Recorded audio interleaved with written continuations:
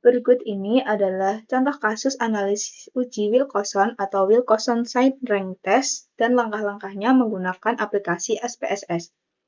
Seorang peneliti ingin mengetahui tentang efektivitas pelatihan komunikasi efektif untuk meningkatkan self-efficacy akademik mahasiswa. Menurut Bandura 1997, self-efficacy adalah suatu keyakinan seseorang akan kemampuannya untuk mengatur dan melaksanakan serangkaian tindakan yang diperlukan untuk menyelesaikan suatu tugas tertentu. Untuk itu, dilakukan penelitian eksperimen dengan model kuasi-eksperimen menggunakan one group pretest post-test design. Penelitian ini menguji self-efficacy akademik mahasiswa antara sebelum dan sesudah diberikan pelatihan komunikasi efektif. Penelitian ini membuktikan apakah ada perbedaan self-efficacy akademik mahasiswa antara sebelum dan sesudah diberikan pelatihan komunikasi efektif.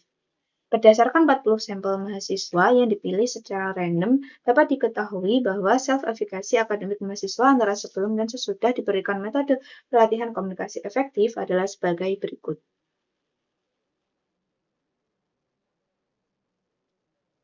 Untuk melakukan langkah-langkah uji Wilcoxon atau Wilcoxon Side Rank Test menggunakan SPSS, yang pertama kita tentukan dulu hipotesisnya. K0 itu tidak terdapat perbedaan self-efficacy akademik mahasiswa antara sebelum dan sesudah diberikan pelatihan komunikasi efektif. HA terdapat perbedaan self-efficacy akademik mahasiswa antara sebelum dan sesudah diberikan pelatihan komunikasi efektif. Kemudian langkah untuk selanjutnya adalah kita akan entry data ke SPSS. Pertama, buka program SPSS. Kemudian klik menu Variable View. Kemudian isikan nama variabel pada kolom name. Dalam kasus ini, variabel terikatnya adalah self-efficacy akademik mahasiswa. Sementara itu, variabel bebasnya adalah pelatihan komunikasi. Oleh karena itu, pada kolom name diisikan sebelum.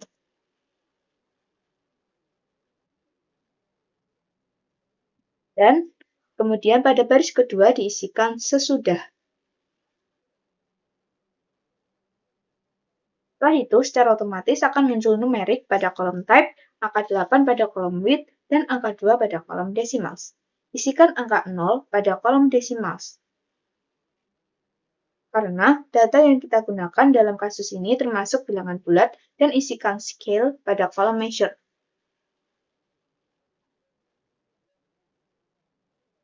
Kemudian, isikan keterangan lengkap pada kolom label untuk melengkapi isian dari kolom name. Dalam kasus ini, untuk melengkapi sebelum yang ada pada kolom name dapat ditulis sebelum diberikan pelatihan komunikasi efektif. Dan untuk melengkapi sesudah yang ada pada kolom name dapat ditulis sesudah diberikan pelatihan komunikasi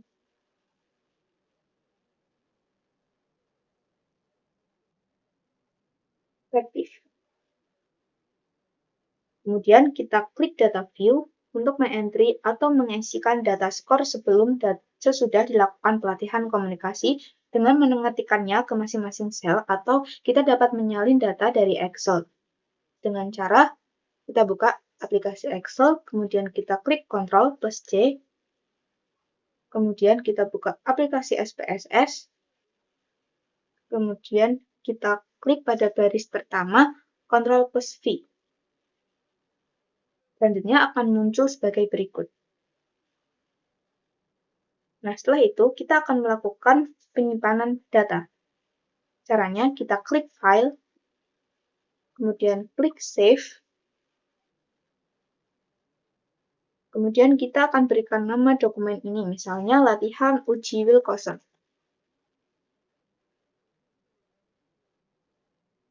Kemudian file ini akan disimpan, klik Save, dalam format SAV. Selanjutnya, sebelum melakukan uji Wilcoxon, kita akan melakukan uji normalitas data terlebih dahulu untuk mengetahui apakah data tersebut terdistribusi normal atau tidak normal. Jika data tersebut terdistribusi tidak normal, maka kita dapat melanjutkan menggunakan uji Wilcoxon.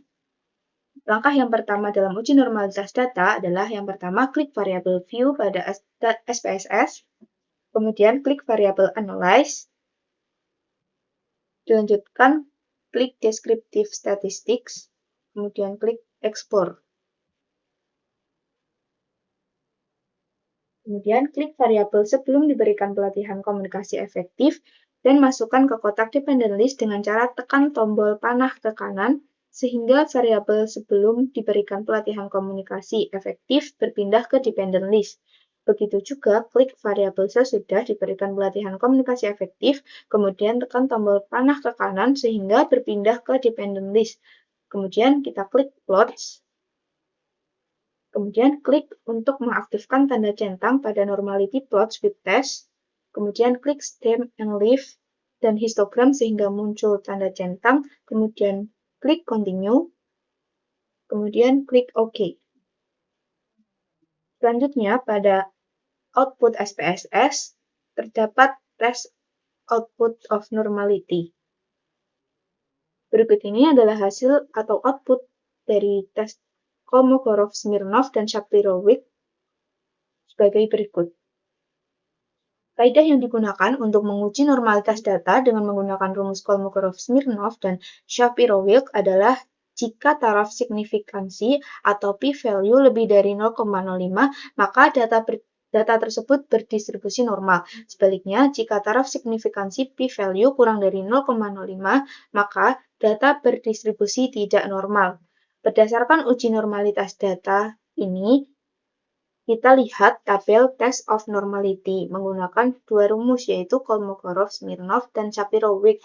Untuk variabel sebelum diberikan pelatihan komunikasi efektif menggunakan rumus Kolmogorov-Smirnov diperoleh nilai p-value sebesar 0,200, yang berarti ini lebih dari 0,05. Sedangkan untuk rumus Shapiro-Wilk diperoleh nilai p-value sebesar 0,254, yang berarti ini lebih dari 0,05.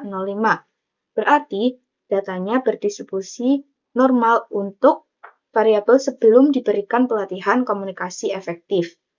Sedangkan untuk variabel sesudah diberikan pelatihan komunikasi efektif menggunakan rumus Kolmogorov-Smirnov diperoleh nilai p-value sebesar 0,005, yang berarti ini kurang dari 0,05. Sedangkan untuk rumus Shapiro-Wilk diperoleh nilai p-value sebesar 0,026, yang berarti ini kurang dari 0,05. Berarti distribusi data untuk variabel sesudah diberikan pelatihan komunikasi efektif adalah tidak normal, karena sesudah diberikan pelatihan komunikasi efektif ini tidak terdistribusi normal, maka semua data tersebut dianggap tidak normal. Karena variabel sesudah diberikan pelatihan komunikasi efektif ini tidak berdistribusi normal, maka semua data tersebut dianggap tidak normal. Oleh karena itu, dapat melanjutkan dengan uji Wilcoxon. Nah, untuk pengolahan data menggunakan uji Wilcoxon sign rank test, kita dapat membuka SPSS yang tadi, kemudian kita klik variabel analyze, kemudian klik non-parametric test, kemudian klik legacy dialogs. Setelah itu, klik dua related sample atau two related samples. Klik variabel sebelum diberikan pelatihan komunikasi efektif, dan masukkan ke kotak test pairs dengan cara tekan tombol panah ke kanan, sehingga variabel sebelum diberikan pelatihan komunikasi efektif berpindah ke test pairs. Begitu juga, klik variabel sesudah diberikan pelatihan komunikasi efektif, kemudian tekan tombol panah ke kanan, sehingga berpindah ke test pairs.